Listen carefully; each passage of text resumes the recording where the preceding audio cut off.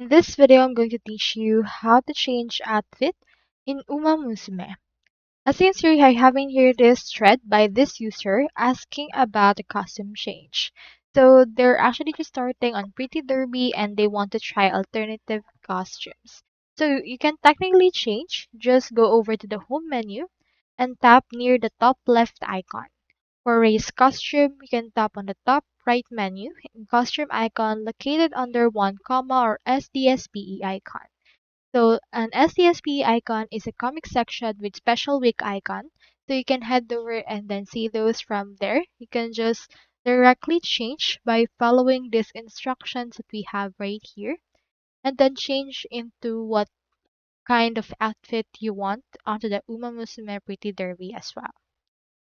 So that's all there is today. And if you have any questions, just comment them down below and we'll try our best to answer them. Thanks so much for watching.